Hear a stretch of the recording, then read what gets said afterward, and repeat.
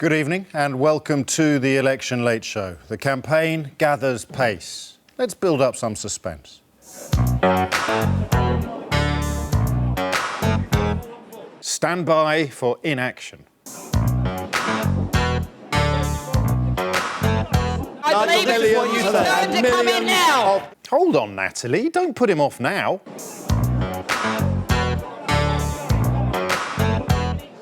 Bored now. Hey, it's manifesto week. The Labour Party's manifesto is out now. Can you tell me more about the key policies? Help her out, Ed. She's your candidate. OK, Ed. Tell me what and tell me how. Debate me one-on-one. Is that your best offer? Check out this guy. So what I'd like to do, Mr. Farage, is to challenge you to a duel. A wooden gun? Have you seen this guy's nifty moves? I believe it's what you said. To come in now. Hold on, Natalie. Nick's about to bowl. Perhaps an ego boost, Nick? You're better looking in real life. Oh. The public are so nice, aren't they?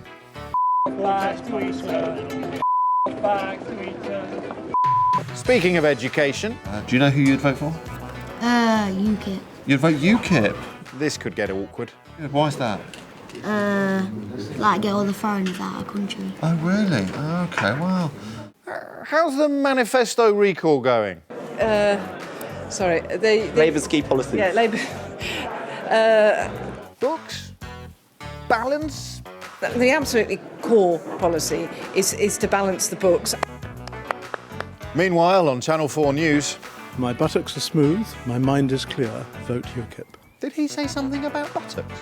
My buttocks are smooth, my mind is clear. Be a good boy. Be a good boy. OK, I've got it. He's got it. Have I missed someone out? I believe it's what you said. To come in now. Hold on, Natalie. Nick's going for it. 1, 2, 3.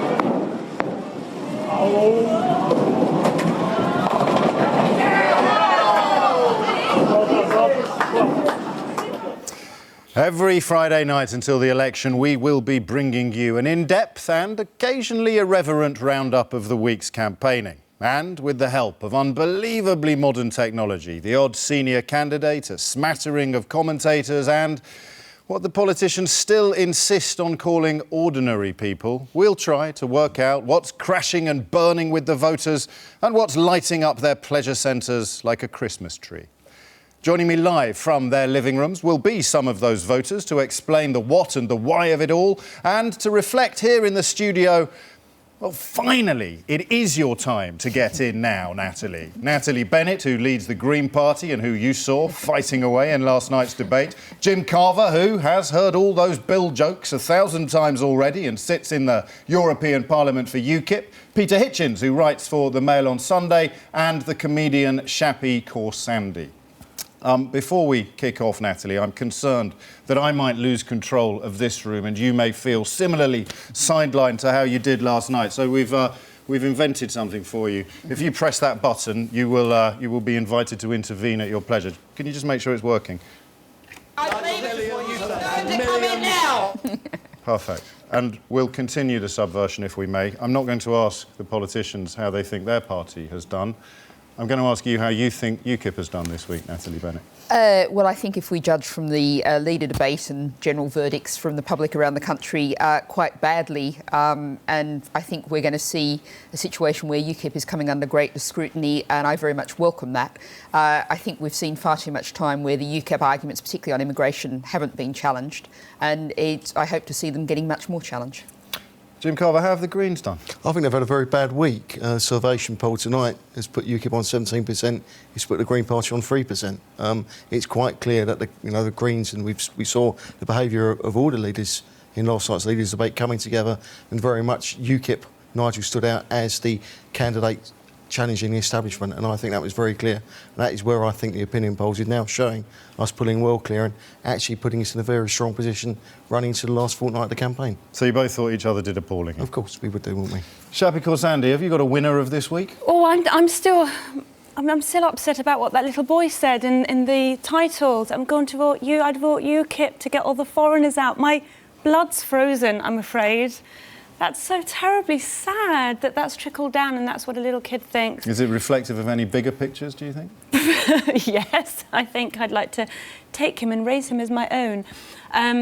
Yeah, I mean, I was watching the debate last night and the ridiculous scapegoating of immigrants. I mean, it's such a smokescreen. It's such a... I mean, I was a 5-year-old in the 80s, in the late 70s, actually. I lie about my age. But I'm 41.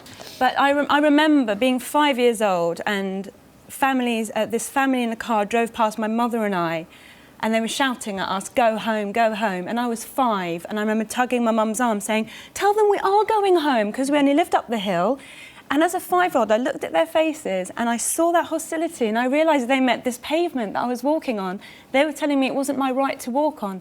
And UKIP are now making little Somalian little kids feel that way. Nonsense. And you know what happens to little kids when you make them feel that way? It builds steel in them, and they will grow up and become stand-up comedians and sit here having a nice glass of wine with you guys. I say to you, as a grandson of a Polish refugee, what has happened here, UKIP have actually taken the challenge and raised the issue of immigration, which is a major concern. Explain that child's comment to me, then. Explain that little... Well, it's easy to explain the child's comment. Can I ask if you like, but I thought I'd have a go. What I think has happened is we have seen the establishment, the political parties and the media come together and say it is wrong to discuss the issue of immigration. But how do you feel when you see a boy that age saying he wants to get all the foreigners out of the country? I feel that's very, very sad, and I actually feel it's very sad looking back. Why does he think it's UKIP's job to do that? Because he's been sold a spin by the media and by the other... Well, a little boy of about 9 has been sold a spin by the media. That's exactly what I was going to say. UKIP UKIP aren't very good at defending themselves, but it is actually not what UKIP say. It's what people say UKIP say. Just as this accusation of scapegoating immigrants, which is always made against UKIP. I would challenge anybody to go through yesterday's debate and find any instance of anybody scapegoating immigrants. It didn't happen. No. What UKIP says, and I am no supporter of UKIP, I have a lot of disagreements with UKIP, what UKIP says is that immigration is the problem, and there's a wholly different question. If you want to discuss immigration, you're blaming the people. If I can finish, you're blaming the people who have actually made... Doesn't work for me. Obviously It's fingerprint recognition. You're blaming the people. Peter, I have to crack on. Who make the laws, not the people, I have to crack on now because we've got more exciting technology to introduce, and we do have a limited amount of time and 4 people who need to speak. I was trying to use it as best I could. It is now time. OK, once again, Peter, thank you. If you could allow me to introduce our secret weapon in the war against spin and evasion, our vote worm. We have made a film of the best bits of the manifesto launches and indeed of the entire week's campaigning. Next, we got 500 people carefully selected by the pollsters' comrades to watch it all and hit a thumbs up or a thumbs down button every single second.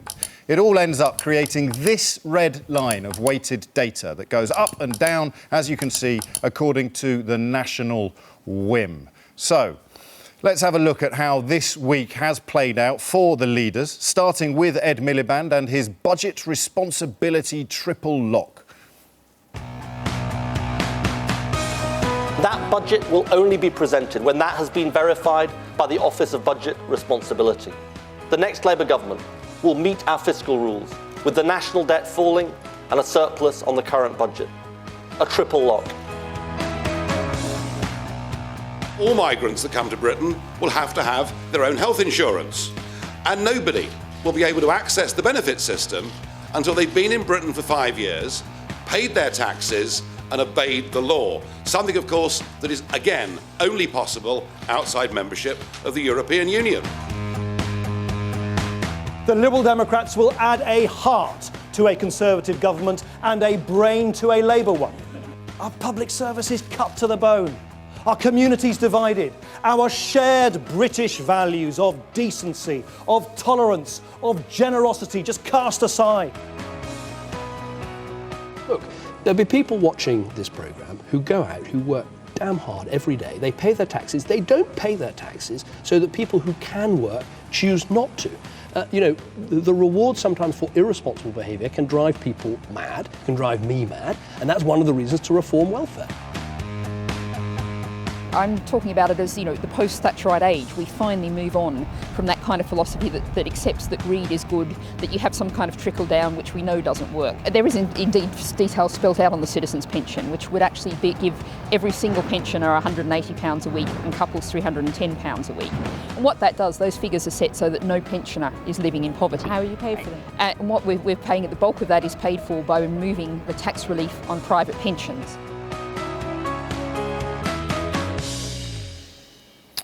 So, Natalie Bennett, as you could see, the pension policy was fairly well approved of, and yet, as Jim's reminded you, the polls don't really reflect the approval of these policies at the moment. It's not breaking through. The message isn't cracking on, is it?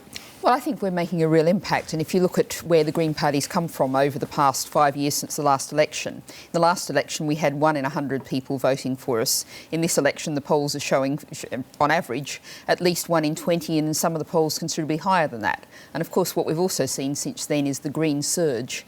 In the last election, we stood in just over 50% of seats. This time, we're standing in 95% of seats. It doesn't matter how many you stand in, it's how well you do. What would I understand you describing success. What would failure look like, Natalie? The thing is, what we're able to do with that is we now have, a record number of members, more members than UKIP or the So what would failure look like at the moment? What would you be unhappy with? Well, I think at the moment we're in a situation where this is the most unpredictable election since the Second World War, at least. It's not just us saying that. That's what all of the pollsters are saying. 1 seat? 2 seats? No seats? What's a failure for the Greens in the coming election? What we're looking towards is seeing how well we can do in this election, and that's what we're focused on. And obviously keeping Caroline Lucas as the brilliant MP in Brighton for so there's nothing in the locker for the Green Party that would constitute failure. There's no benchmark at which you would go, do you know what?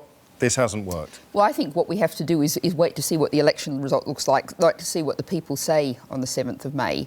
And until that point, this is a very unpredictable election. OK, Let's see what the outcome Jim Carver, looks like. Your leader has been fairly unequivocal about what failure would constitute, and it would be effectively him failing to win a parliamentary seat. Do you agree with that? Would you like to see Mr Farage walk the plank if he doesn't win in Thanet South? I'm a long-time supporter of Nigel, and I think Nigel's, really got a very good chance. I think this is a hypothetical question, and Nigel will win. Well, he started it. I mean, he said if he doesn't win, he'll resign. Do you want him to? No, of course I don't, but he won't be resigning because Nigel's going to win in Thanet South. If he doesn't win, Nigel, do you think he should resign? It doesn't matter. Nigel will win in Thanet South. I'm convinced of that. Father Christmas will come. He will. Well, if you look at the polling response we're getting on the doorstep, we're polling far higher. Than the opinion polls are showing. But what we're getting... No, please let me finish. Please let me finish. What we're getting on the doorstep is actually people are agreeing with what we're saying because we're discussing the issues, and Nigel is being very honest. So there are very few politicians who would give. We just saw this from Natalie. I don't know what success. I don't know what failure is going to be. That's why I'm interested in your response, because he has been very honest. He said, if I don't win, I'll resign, and yet you're refusing to answer the question about whether or not you want him to. Because I believe it's hypothetical. I think Nigel will win. But he's posed that hypothetical, and you're refusing to respond to it while criticising Natalie Bennett for not answering questions. He's refusing to respond to it, because if he does respond to it honestly, then you and all the people in the press watching will accuse him of having made a gaffe. Nobody can ever say anything honest in a political debate. I missed the bit where he asked you to answer. James, I will make a prediction tonight without asking for Peter's permission. I will make a prediction. Just to clarify. And I'll give you a prediction that UKIP scores as many or possibly more votes than Liberal Democrats. What happened to the earthquake? See what happens. There's a week in politics. Can we feel it yet? There's rumbles up and down the country. There's rumbles up and down the country. Speaking of the country, I can tell you in the West Midlands, where I represent as an MEP, we're polling very strongly. Well, let's cast our net a little more broadly then across the country. Let's look at how the response to Mr Farage's element of that film was in the south of England. We'll look first. You mentioned the Midlands as well, but this shows us how voters in the south of England were responding as they watched Mr Farage's comments, and the yellow line shows us how it was playing out in London. So you're quite right, Jim Carver. The key messages are still resonating very well in parts of the country, in southern England in particular, and yet not necessarily in London. Let's speak to someone who is on the south coast, down in Portsmouth. Brendan Clapp, you are drawn into the UKIP message. Why is that? I think Nigel Farage speaks with a great deal of honesty. I think he truly does. He's not afraid to answer certain questions. I would just say, James, that on the point that was not answered just a few moments ago there by Jim, I suspect that if Nigel didn't win Thanet South, and I really do think he will, that it would probably be Suzanne Evans that steps up. What is the... I would actually to answer the question for you, Jim, but you look at those pictures and you see London just flatlining. Why do you think that is? Well, of course, the social makeup of London is very different. You know, there are far more people born abroad living in London than any other part of the United Kingdom. But what I think of, you know, we've heard just now talk of Suzanne Evans. What I think we saw of our manifesto launch this week was the vast talent throughout UKIP, and the media have tried... I asked why you're not doing well in London, not what do you think of Suzanne Evans. Well, I gave you the answer. We have an MEP in London. The reason I've said we don't poll so highly in London is because if you look at the figures, more people are born from outside of the United Kingdom who live in London than anywhere else in the United Kingdom. So immigration is very high in London? Yes. And people who are uncomfortable with immigration tend to vote UKIP? Not necessarily. Not necessarily. OK. Shappi Khorsandi, you are a Londoner. I've got 2 seat candidates. And I was born outside of the UK, which is, by the way, a very, very diplomatic way of saying foreigner. That little boy needs to learn. That makes me a foreigner. And me, as it happens. I think all four of us. And you, Natalie. But that doesn't... I'm the only indigenous British person here, am I? What? I didn't realise this. I'm out of here. So why do you think London just doesn't quite reflect some of the other parts of the country that Jim has mentioned? Because we know that living next door to one another, people who are different to us, isn't the end of the world, and we rub along very nicely together. And what I find interesting is because I tour all over the country and I go to some places where people from UKIP come to my shows, and someone said to me, well, you're the acceptable face of immigration. And I spoke to this lady, and I believe in engaging with people. I don't believe it's right to scream racist in the face of anyone who has a concern with immigration. That's not helpful in any way. And I said, but, you know, you like me and you've come to my show. She goes, well, Shappi, with you on the phone, you wouldn't know. And that's a bizarre thing. So it's this weird kind of fear of... Well, that's one punter. It doesn't represent an entire political party. It doesn't, but I'm not here as a politician. I'm here as just a person who lives their life in this country, and I travel all over this country. I know every nook and cranny of this country. And in London, people don't respond to UKIP because somehow... call it for whatever reason, it trickles down that you don't like others. If you are an other... If you look at the outer London boroughs... I'm a woman, that doesn't exclude me from being a sexist. So I don't buy this thing of I cannot be in any way prejudiced because I'm from a background that's another. And we don't like it because you're talking about our friends, you're talking about our teachers. Well, hang on. Peter Hitchens, do you recognise an acceptable face of immigration? I mean, is it Shappi? What do you mean?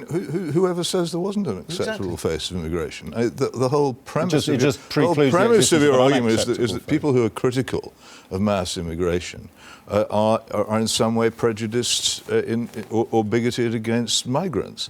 It's simply not the case. It never has been the case. It is the fundamental lie of the liberals who actually want to turn Britain into a multicultural society and use the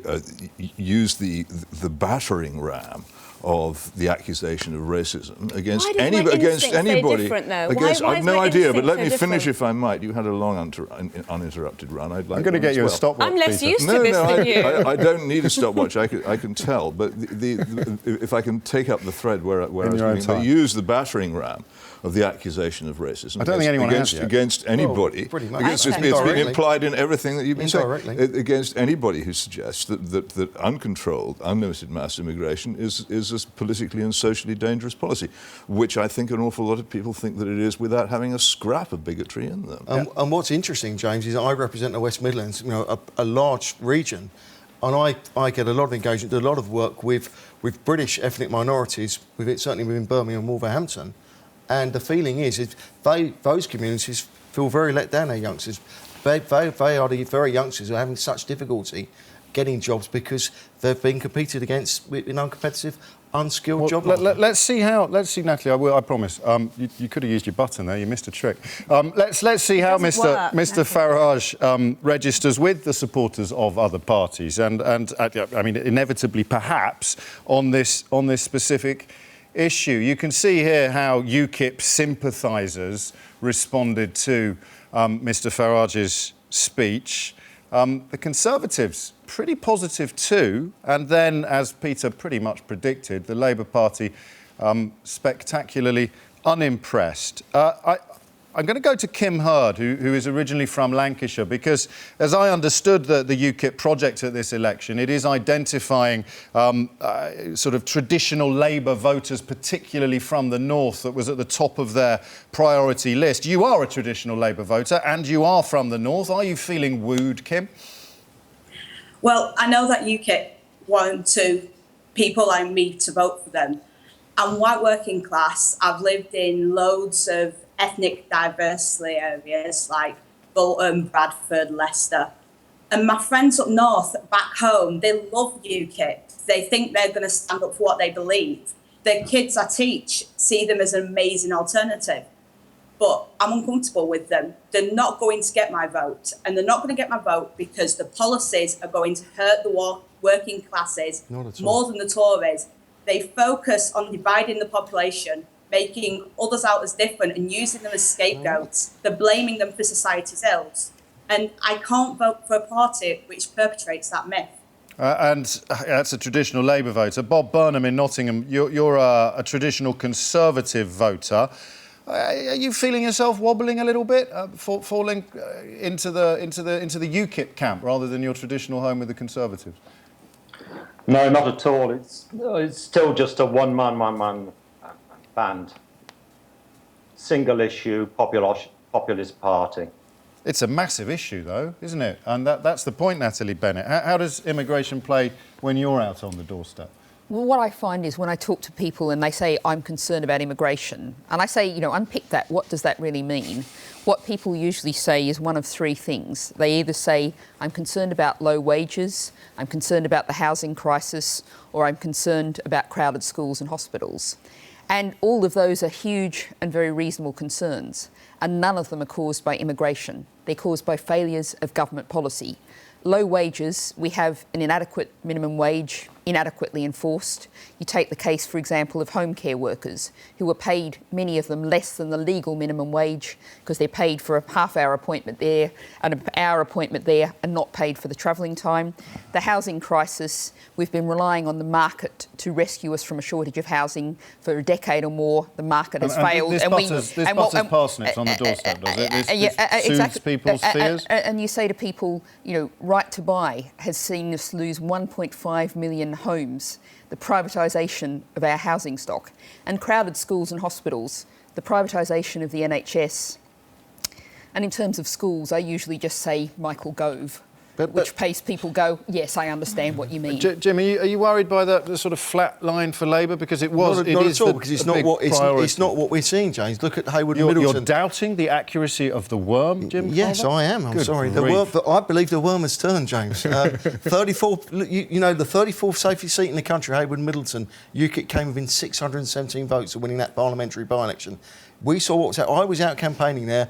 Emma Reynolds, Labour MP for Wolverhampton North East, was running up and down the doorways and literally running, getting the Labour vote. But this is a mistake. But quite frankly, for anybody to dismiss the fact that the population is growing at a rate where every year we have a city the size of Hull moving to the UK.